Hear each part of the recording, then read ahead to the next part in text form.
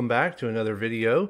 And today we're going to be talking about introverts versus extroverts and which one is better. What are their strengths? What are their weaknesses? Or are either of them better? Are either of them better? Don't give away the answer. Well, how'd this come up, Esther? So a couple weeks ago, we were chatting with, I think, some friends and family, and someone asked, so what personality types are you and David? And obviously, I think a lot of people would say, oh, well, you two are for sure extroverts, right? But I would definitely probably not classify myself as that. You would be more, so Esther surprises people, but she's probably more of an introvert. Right, very much. But who has trained herself to be more extroverted seeming. Because you get energy from being kind of on your own. Right. And then you give away energy in groups. Right. I don't get recharged by big crowds or even, meeting up with people. Right. And it takes more energy, and I come home drained from those events. I have introvert tendencies. I definitely like a crowd. Right.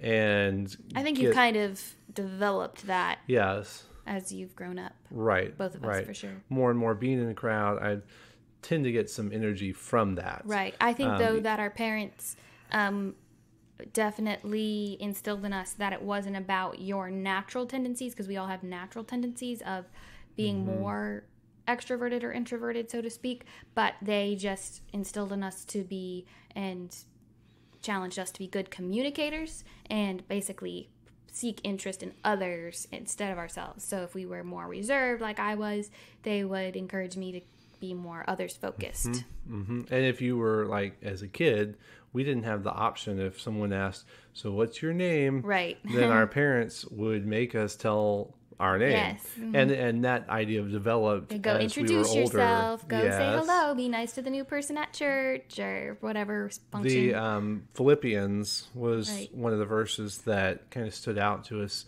for why, as an introvert, you don't just hold back. Right. Because that can be a selfish act. Right.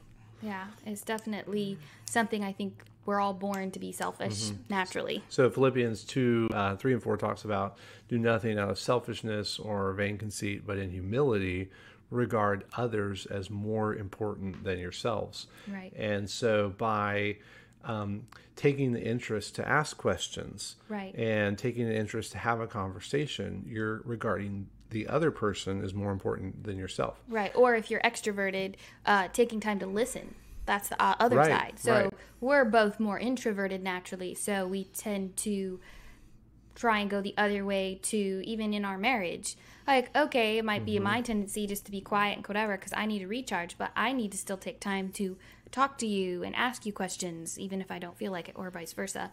But with people who are extroverted naturally, and I have friends, and we both have family members that way, that takes time for them to be quiet and listen to other people instead of just always talking. Right. And doing that. So whether you're an introvert or an extrovert, the first thing is kind of know what you are, know your tendency. Right. And then from there, you can be selfish or you can serve and be others focused on either one. So is one better than the other? No, I don't think so. I think it's just all back to we all should be called to be good communicators and take an interest in other people, whatever personality you are. That's right. So don't think of yourself more highly than you ought. Focus on other people, whether you're an introvert or an extrovert. So until next time, we'll talk to you later.